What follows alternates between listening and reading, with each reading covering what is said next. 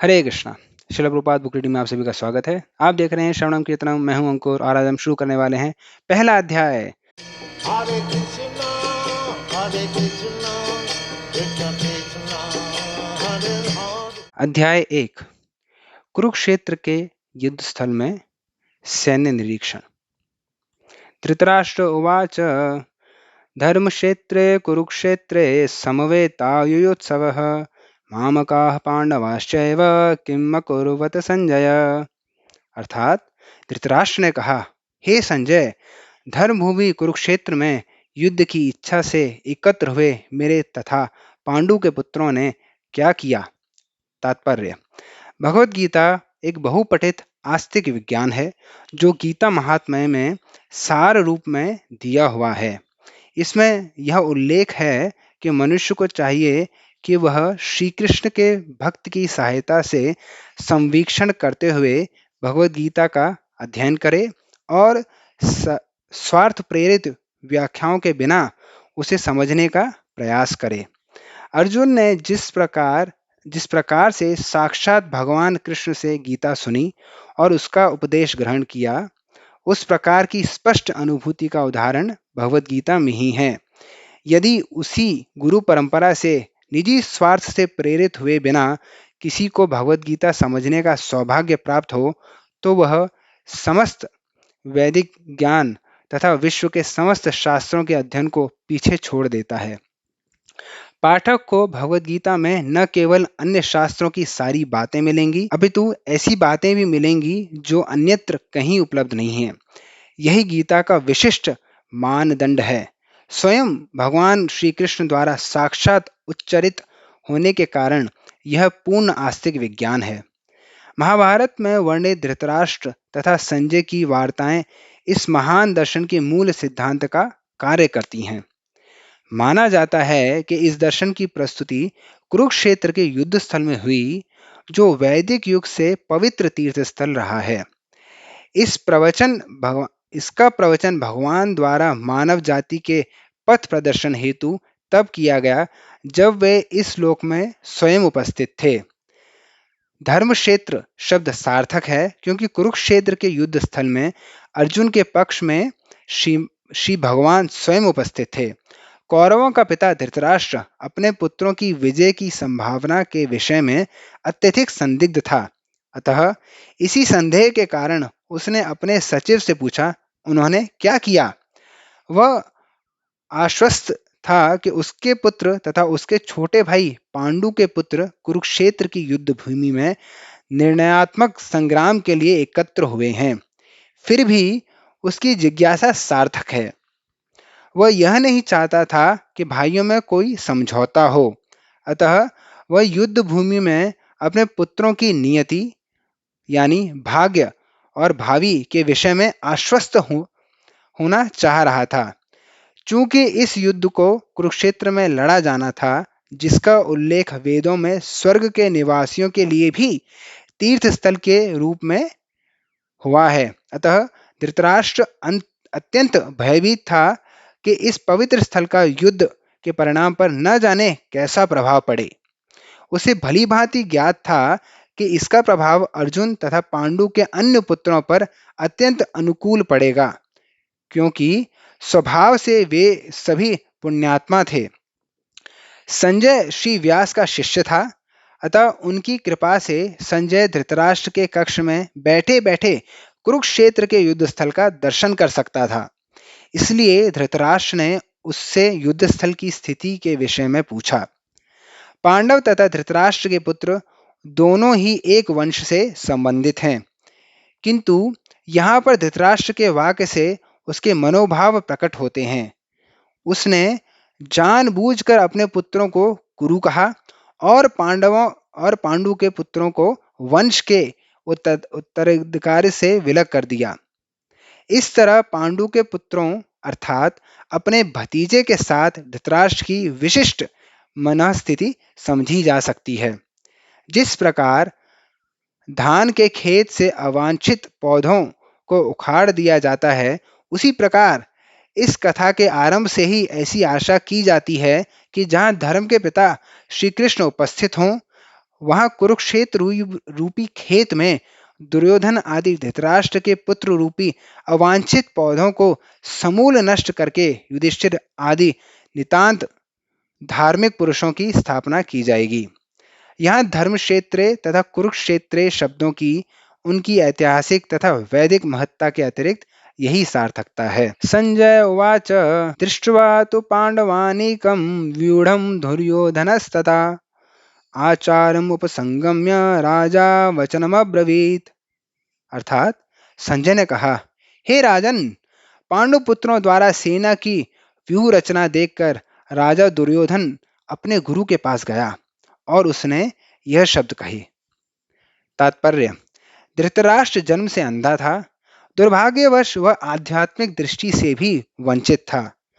वह यह भी जानता था कि उसी के समान उसके पुत्र भी धर्म के मामले में अंधे हैं और उसे विश्वास था कि वे पांडवों के साथ कभी भी समझौता नहीं कर पाएंगे, क्योंकि पांचों पांडव जन्म से ही पवित्र थे। फिर भी उसे तीर्थ स्थान के प्रभाव के विषय में संदेह था। इसलिए संजय युद्धभूमि की स्थिति के विषय में उसके मंतव्य को समझ गया। अतः वह निराश राजा को प्रोत्साहित करना चाह रहा था। उसने उसे विश्वास दिलाया कि उसके पुत्र पवित्र स्थान के प्रभाव में आकर किसी प्रकार का समझौता नहीं करने जा रहे हैं। उसने राजा को बताया कि उसका पुत्र दुर्योधन पांडवों की सेना को देखकर तुरंत अपने सेनापति द्रोणाचार्य को वास्तविक स्थिति से अवगत कराने गया। यद्यपि दुर्योधन को राजा कहकर संबोधित किया गया है, तो भी स्थिति की गंभीरता के कारण उसे सेनापति के पास जाना पड़ा। अतएव दुर्योधन राजनीतिज्ञ बनने के लिए सर्वथा उपयुक्त था, किंतु जब उसने पांडवों की व्यूह रचना देखी तो उसका यह कूटनीतिक व्यवहार उसके भय को छुपा न पाया। तीसरा श्लोक। पश्चैतां पांडुपुत्राणाम आचारम महतीं चमूं व्यूढ़ां द्रुपदपुत्रेण तव शिष्येन धीमता। अर्थात, हे आचार्य, पांडुपुत्रों की विशाल सेना को देखें, जिसे आपके बुद्धिमान शिष्य द्रुपद के पुत्र ने इतने कौशल से व्यवस्थित किया है। तात्पर्य: परम राजनीतिज्ञ दुर्योधन महान ब्राह्मण सेनापति द्रोणाचार्य के दोषों को इंगित करना चाहता था। अर्जुन की पत्नी द्रौपदी के पिता राजा द्रुपद के साथ द्रोणाचार्य का कुछ राजनीतिक झगड़ा था।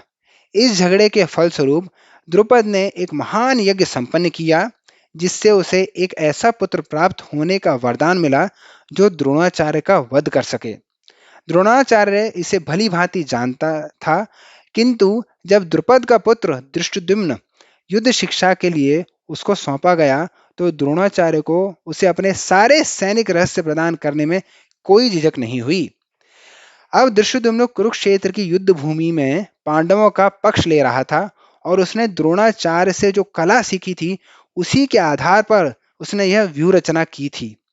दुर्योधन ने द्रोणाचार्य की इस दुर्बलता की ओर इंगित किया, जिससे वह युद्ध में सजग रहे और समझौता न करे। इसके द्वारा वह द्रोणाचार्य को यह भी बताना चाह रहा था कि कहीं वह अपने प्रिय शिष्य पांडवों के प्रति युद्ध में उदारता न दिखा बैठे। विशेष रूप से अर्जुन उसका अत्यंत प्रिय एवं तेजस्वी शिष्य था। दुर्योधन ने यह भी चेतावनी दी कि युद्ध में जिस प्रकार की उदारता से हार हो सकती है। चौथा श्लोक। अत्र शूरा महेश्वासा भीमार्जुन समायुधि युयुधानो विराटश्च द्रुपदश्च महारथः। अर्थात, इस सेना में भीम तथा अर्जुन के समान युद्ध करने वाले अनेक वीर धनुर्धर हैं, यथा महारथी युयुधान, विराट तथा द्रुपद। तात्पर्य: यद्यपि युद्ध कला में द्रोणाचार्य की महान शक्ति के समक्ष धृष्टद्युम्न महत्वपूर्ण बाधक नहीं था, किंतु ऐसे अनेक योद्धा थे जिनसे भय था। दुर्योधन इन्हें विजय पथ में अत्यंत बाधक बताता है क्योंकि इनमें से प्रत्येक योद्धा भीम तथा अर्जुन के समान दुर्जेय है। उसे भीम तथा अर्जुन के बल का ज्ञान था, इसलिए वह अन्यों की तुलना इन दोनों से करता है। 5वां श्लोक। दृष्टकेतुश्चेकितान काशीराजश्च वीर्यवान् पुरुजी कुंतीभोजश्च शैब्यश्च नरपुंगवः। अर्थात इनके साथ ही दृष्टकेतु, चेकितान, काशीराज, पुरुजेत, कुंतीभोज तथा शैब्य जैसे महान शक्तिशाली योद्धा भी हैं। 6वां श्लोक। युधामन्युश्च विक्रांत उत्तमौजश्च वीर्यवान् सौभद्रो द्रौपदेयश्च सर्व एव महारथा। अर्थात पराक्रमी युधामन्यु, अत्यंत शक्तिशाली उत्तमौजा, सुभद्रा का पुत्र तथा द्रौपदी के पुत्र, ये सभी महारथी हैं। 7वां श्लोक। अस्माकं तु विशिष्टाये तानि बोध द्विजोत्तमम् नायका मम सैन्यस्य संज्ञार्थं तान् ब्रवीमि ते। अर्थात किंतु हे ब्राह्मण श्रेष्ठ, आपकी सूचना के लिए मैं अपनी सेना के उन नायकों के विषय में बताना चाहूंगा जो मेरी सेना को संचालित करने में विशेष रूप से निपुण हैं। 8वां श्लोक। भवान् भीष्मश्च कर्णश्च कृपश्च समितिञ्जय अश्वत्थामा विकर्णश्च सौमदत्तिस्तथैव च। अर्थात मेरी सेना में स्वयं आप, भीष्म, कर्ण, कृपाचार्य, अश्वत्थामा, विकर्ण तथा सोमदत्त का पुत्र भूरिश्रवा आदि हैं जो युद्ध में सदैव विजयी रहे हैं। तात्पर्य, दुर्योधन उन अद्वितीय युद्ध वीरों का उल्लेख करता है जो सदैव विजयी होते रहे हैं। विकर्ण दुर्योधन का भाई है, अश्वत्थामा द्रोणाचार्य का पुत्र है और सौमदत्ती या भूरिश्रवा बहिलकों के राजा का पुत्र है। कर्ण अर्जुन का आधा भाई है क्योंकि वह कुंती के गर्भ से राजा पांडु के साथ विवाहित होने के पूर्व उत्पन्न हुआ था। कृपाचार्य की जुड़वा बहन द्रोणाचार्य को ब्याही थी। 9वां श्लोक। अन्ये च बहवः शूरा मध्यर्थे त्यक्तजीविताः नानासहस्र शस्त्र प्रहरणा सर्वे युद्ध विशारदा। अर्थात ऐसे अन्य अनेक वीर भी हैं जो मेरे लिए अपना जीवन त्याग करने के लिए उद्यतम हैं। वे विविध प्रकार के हथियारों से सुसज्जित हैं और युद्ध विद्या में निपुण हैं। तात्पर्य, जहाँ तक अन्यों का यथा जयद्रथ, कृतवर्मा तथा शल्य का संबंध है, वे सब दुर्योधन के लिए अपने प्राणों की आहुति देने के लिए तैयार रहते हैं। दूसरे शब्दों में यह पूर्ण निश्चित है कि वे अब पापी दुर्योधन के दल में सम्मिलित होने के कारण कुरुक्षेत्र के युद्ध में मारे जाएंगे। निसंदेह अपने मित्रों की संयुक्त शक्ति के कारण दुर्योधन अपनी विजय के प्रति आश्वस्त था। अपर्याप्तं तदस्माकं बलं भीष्माभिरक्षितं पर्याप्तं त्वमिदं तेषां बलं भीमाभिरक्षितम्। अर्थात हमारी शक्ति अपरिमेय है और हम सब पितामह द्वारा भली भांति संरक्षित हैं, जबकि पांडवों की शक्ति भीम द्वारा भली भांति संरक्षित होकर भी सीमित है। तात्पर्य, यहाँ पर दुर्योधन ने तुलनात्मक शक्ति का अनुमान प्रस्तुत किया है। वह सोचता है कि अत्यंत अनुभवी सेना नायक भीष्म पितामह के द्वारा विशेष रूप से संरक्षित होने के कारण उसकी सशस्त्र सेनाओं की शक्ति अपरिमेय है। दूसरी ओर पांडवों की सेनाएं सीमित हैं क्योंकि उनकी सुरक्षा एक कम अनुभवी नायक भीम द्वारा की जा रही है जो भीष्म की तुलना में नगण्य है। दुर्योधन सदैव भीम से ईर्ष्या करता था क्योंकि वह जानता था कि यदि उसकी मृत्यु कभी हुई भी तो वह भीम के द्वारा ही होगी, किंतु साथ ही उसे दृढ़ विश्वास था कि भीष्म की उपस्थिति में उसकी विजय निश्चित है, क्योंकि भीष्म कहीं अधिक उत्कृष्ट सेनापति है। वह युद्ध में विजयी होगा, यह उसका दृढ़ निश्चय था।